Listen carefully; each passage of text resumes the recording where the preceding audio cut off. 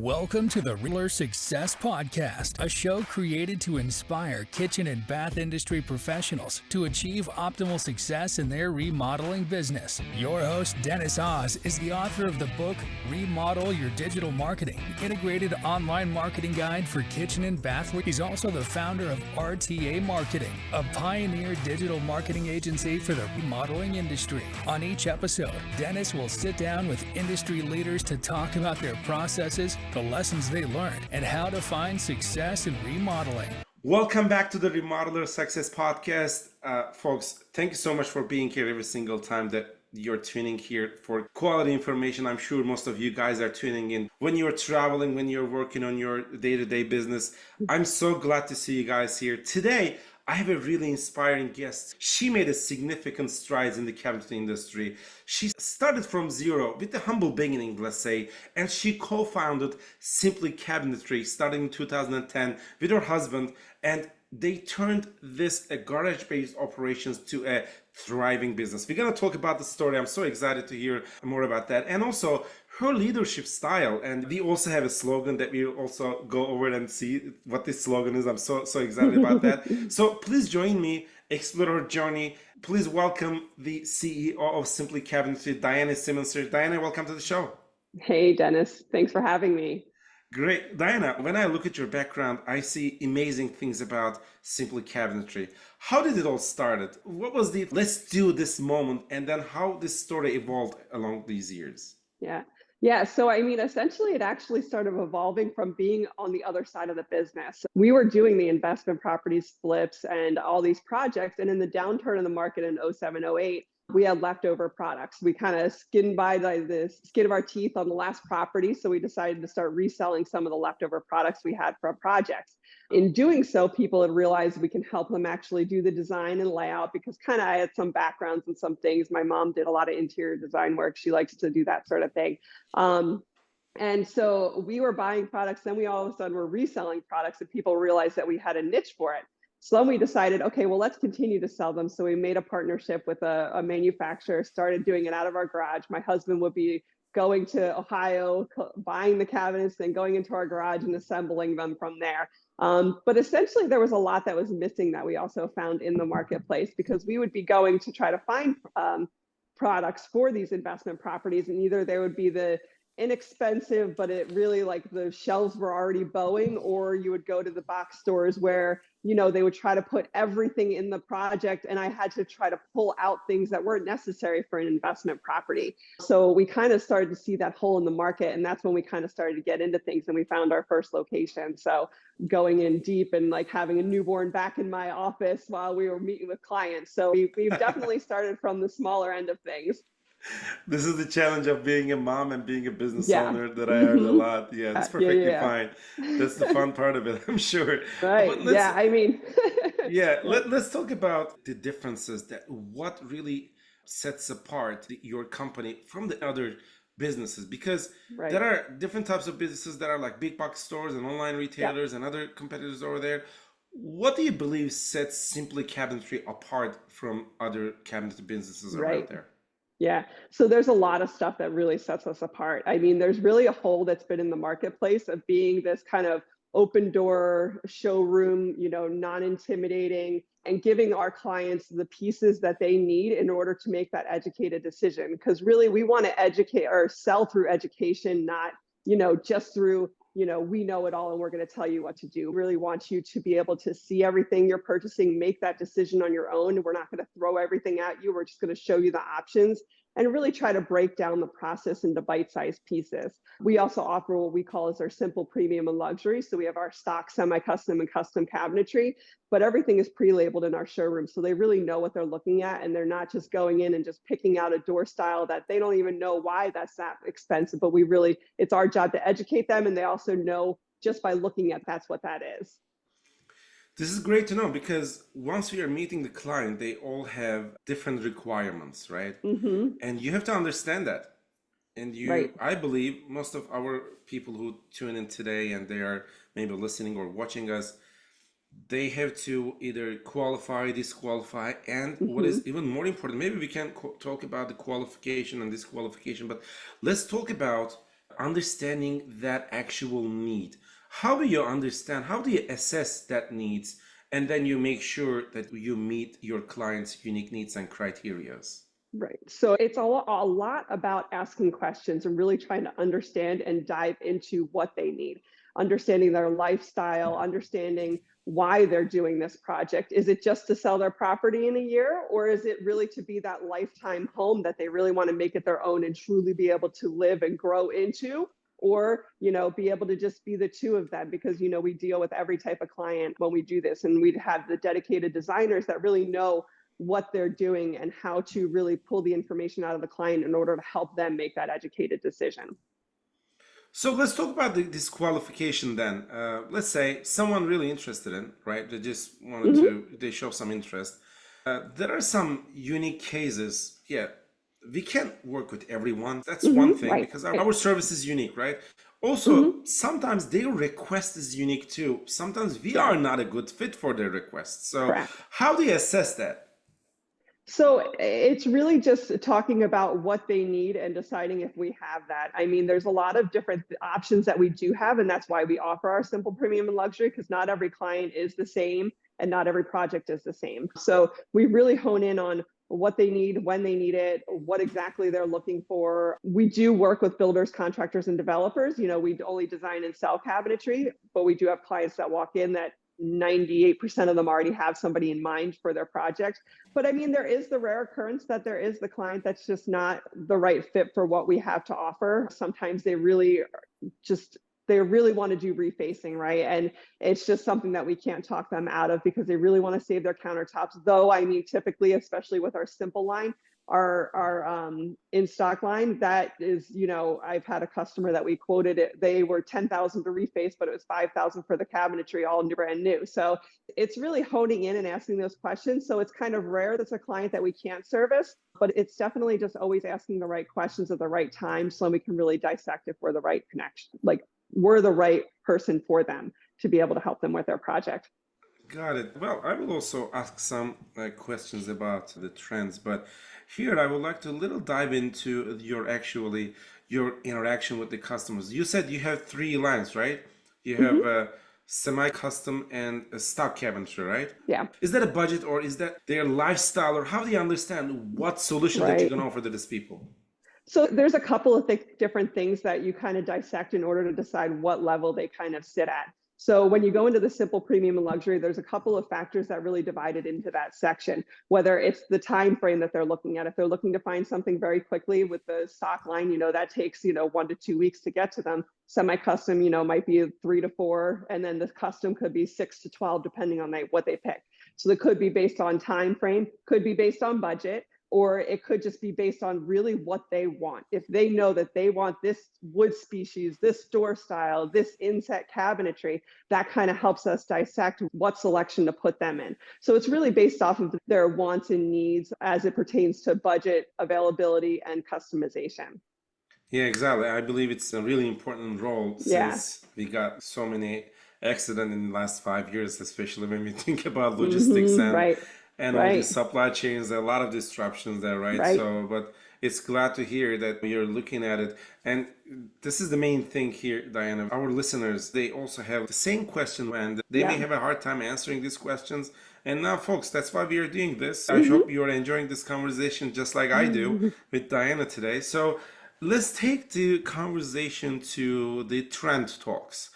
What do you think about these trends? Sometimes some of the guests that I host here, they feel like, you know what, Dennis, I go with the market trends. Sometimes they just say, if it's a trend, I don't want to give my client it's something that is going to be outdated in the next 3 years. So they don't follow the trends on purpose.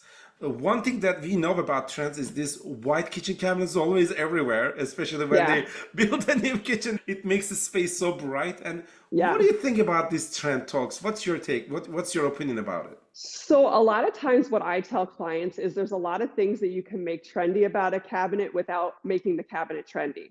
So, that classic shaker white door style can easily be transformed into a bunch of different styles, whether what I call the jewelry, the handles and pulls, or the icing on the cake, which is like the countertops, or the accessories in the kitchen. So there's a lot of things that can really change the way a space looks without affecting the cabinetry. And it's really trying to just get the cabinetry that really is, moldable, or, you can kind of turn it based off of trends. I mean, Shaker White cabinetry we've been selling that since we started this in 2010. So that It's has always been there. It's always there, right? Yeah. But, right now the wood tones are really coming in hot, especially even oak. Who would have thought that would have been something that's coming around again? But yeah, it's definitely just really trying to stick with the basics. And then there are other things that you can really envelop into it that really help you understand or make it what you want it. Thanks so much. That was a stellar explanation. Yeah. And thank you so much for breaking it down. So let's talk about a little bit of your leadership style. That when I look at your background and what you have accomplished in the past, there is one thing that we really would like to mention here. You are a licensed realtor, and I'm sure that you got some influence when you approach your day-to-day tasks and responsibilities in the cabinetry and remodeling projects. How did it work together? Yeah, so I mean, it's actually, I feel like real estate and cabinetry are honestly one and the same, right? Because people do their cabinetry in their kitchen, the heart of the home, and that's really, it affects their ROI, the value of their home, and it's depending on the location. And I like knowing market trends about what's happening in the area that they're putting their cabinetry in. So it's really honing in on knowing, even the types of homes. So like one of our locations in Willow Grove, PA, like I know that a lot of those homes are actually smaller. So something that you wouldn't even think about is making sure I remind my designers to make sure a lazy Susan can fit through the door. So there's even those kind of little nuances that come up that you wouldn't even think of, because, it's just understanding the community. And that's why we really like to have our showrooms in the community, and we want them to be a part of the community. So this is great to hear. Exactly. Being part of the community is the key. I always say that when we are just changing a kitchen, we are changing lives there. Yeah, exactly. This is an amazing feeling. Back in my early career years when I was working as a kitchen designer, I have always a hiccup when I say a kitchen designer, because I was the guy working in the retail shop like 10 years ago who was just saying, welcome, what do you need? We need cabinets. Okay, sit down. I have 2020. I'm going to draw you something type of guy. I was not the designer, right? So what I see over there is changing a space, especially like a kitchen, is changing the lives, just because the kitchen is a place that all family members meet together, right? It's there is no other single space in the home. That's very important. Enhancing their lives, right? Exactly. That's the goal. Exactly, yeah. Let's take the conversation back to the business perspective. You obtained your certification to take Simply Cabinet to the franchise. What was your motivation there? Yeah, so essentially a lot of the things that one of our favorite things, my husband and I's favorite things to do is really to coach people, especially people from outside of the industry.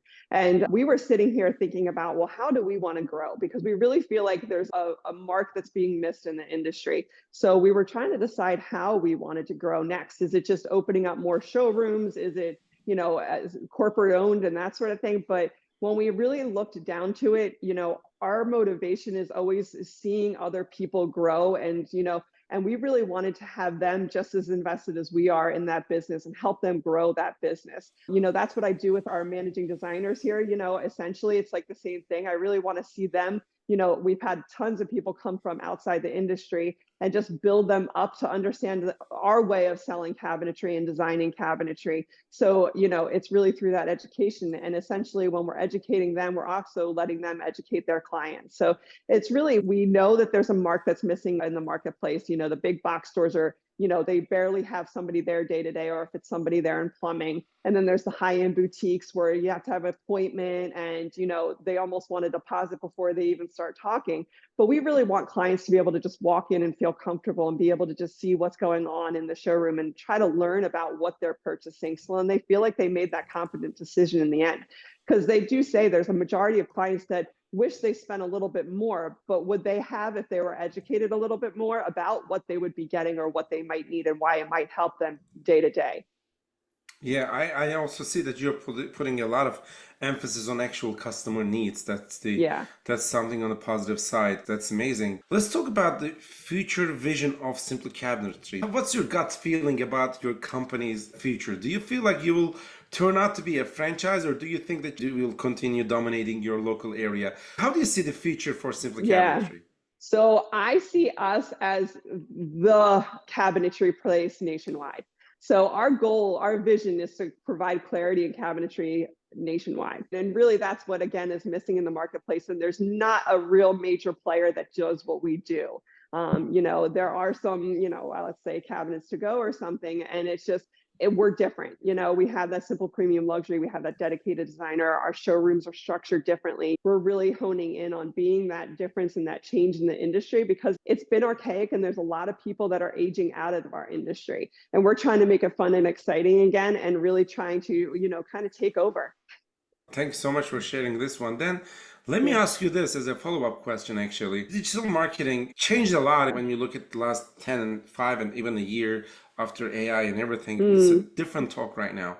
Yeah. So how do you structure your digital marketing, and what's your, let's say, most effective digital marketing strategy that you use to promote your business? Yeah, so I mean, a lot of what we do digitally is more organic, and we don't do a lot of paid things, but we do try to go to events, tagging event places like we belong to the Home Builders Association, going to the real estate events, making those connections and really being a part of the community. It is something that we want to start doing a lot more of. So being involved in your community would definitely be a great asset. And that's a part of this whole franchising thing is trying to get more out there, more digitally and more in the marketing aspect because, being more in the community has definitely helped us. We haven't done a lot of marketing in the past, but we're honing in and really we've structured our showrooms to really handle a lot of business because in the past, if we would market, it could technically hurt us. So it was just making sure that we're prepared and our staff is prepared to be able to handle the business. So that's really what we've been actually honing in on and focusing to make sure that we can start doing a lot more of this marketing aspect of it. What do you think about the power of your referrals? Most of the businesses that we have in the United States, they usually go with their referrals. Their word of mouth is their most important asset, which is really important, right? Right, absolutely. What do you think about your referral network? Yeah, I mean, that's what we basically built ourselves off of. And especially working with these contractors and builders, we're an extension of their business. So essentially, they would either tell their client to come in, they come in with their client, or they just handle the project. So honestly, the easiest sale is a referral, and that trust is already transferred at that point. So it is a huge thing that we always hone in on. And, even getting reviews, we've really focused on that because we want to be able to, the hardest review to get is the 5-star review because they're happy and they've moved on. It's the easiest review to get is for somebody that's upset, because they really want to post it everywhere. So we've really tried to hone in on asking for those reviews as well, because that also helps with the referral. Basically, they're referring us, but just on a digital aspect. Right. Well, the reviews in our industry is so hard. When we look at the reviews, and I just think like these reviews are like money in the bank. Yeah, exactly. If you don't work for it, there's no way that they can increase. Yes, some people will go there and just share their honest opinion about your service for sure. But at the end of the day, there will be some angry clients out there. Yeah, and you can't help that. I mean, not everybody, and it might not even be because you did something wrong. They just might be having a bad day, So those are inevitable in our industry. It's just how you handle it. And that's what I always tell my staff where, even if a client isn't happy, you can turn that around to make them happy and really make that a positive experience and for them to want to talk about it. Just because you don't have that client happy at that moment doesn't mean that you can't turn them into an advocate later. Yeah, I had a call from one of the business partners. Let's say he's also a really close friend that we always share. He called me and said, I got a 1-star review. And this was not even a paying client. She put something on Google Business Profile page, like 2 paragraphs. And I read that review basically insulting him, Yeah. He called me and said, I'll take this to the court. I said, listen, my friend, listen, yes, you can do it. That's a way. Yeah. But let's use our energy to bring more instead of trying to erase one. Just like you said, maybe they're having a bad day. You cannot avoid that, folks. Listen, if you're listening here today and you would like to take your review strategy to the next level, Do not go after one-star review. Use this energy, use it for the new Hmm. ones that you can get, because you can bury these Hmm. reviews Right. with the five Yeah, stars. Right, Diana? exactly. I was just saying, Right. don't worry about it. That happens. This is the things that we have to do. Like, it's Yeah. evolving that way. But just like you Right. said, very important to have Yeah. a solid strategy. And talking about these people, if they would like to give you a one-star review, you cannot avoid that, folks. Only Right. thing that you can put a solid review strategy right there, and you can get continuous reviews. So that's the Yeah. thing And here. always respond to the reviews, right? Very And the important, right? response can be, if it's a 1-star review, the response can be so important because it just shows that you actually care that you got it. If you don't respond, then it looks like you don't care. Do you also respond to one stars, or you just respond to five stars? What do you do? You I always respond. respond to everything because you still want to talk about, like, let's talk off of here about what we could have done better for you, to show that you care, because you do care. At the end of the day, if there is something in there that you can take away to make yourself better or your business better, it's always so important. Do they ever really reach out after that? No, but still, it's putting that out there that, it is true that we want to know what we could have done better to see if there's something I could be implementing.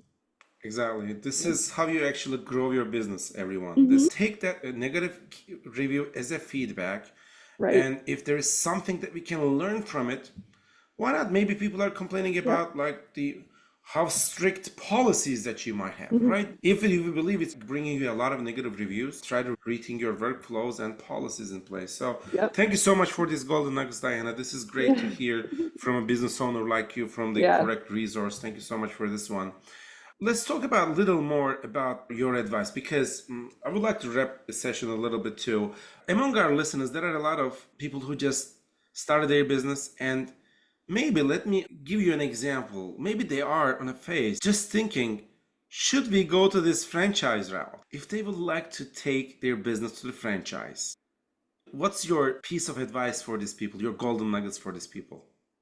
My golden nugget is, don't do it alone if you don't have to, right? So, there's a lot of positivity with going the franchise route. If you're going to open a showroom day one, there's a 15 years of mistakes and, blood, sweat, and tears that went into what we're doing today. And it is difficult to own your own business, but to do it alone is even more difficult. So if you have somebody by your side giving you a template on how to open up a showroom, deal with your clients, giving you all of the resources you need at their fingertips, and always being there for the education and your backbone for your business, it's a no-brainer when we can make it so much easier for you. It's being in business for yourself, but not by yourself. We have the buying power. We're the largest distributor in the Northeast. It's something that you're not going to be able to start day one. And it's going to take you several years to get at. And it's knowing those right steps to take, and staying in your lane and making sure you're successful, and that's ultimately our goal. And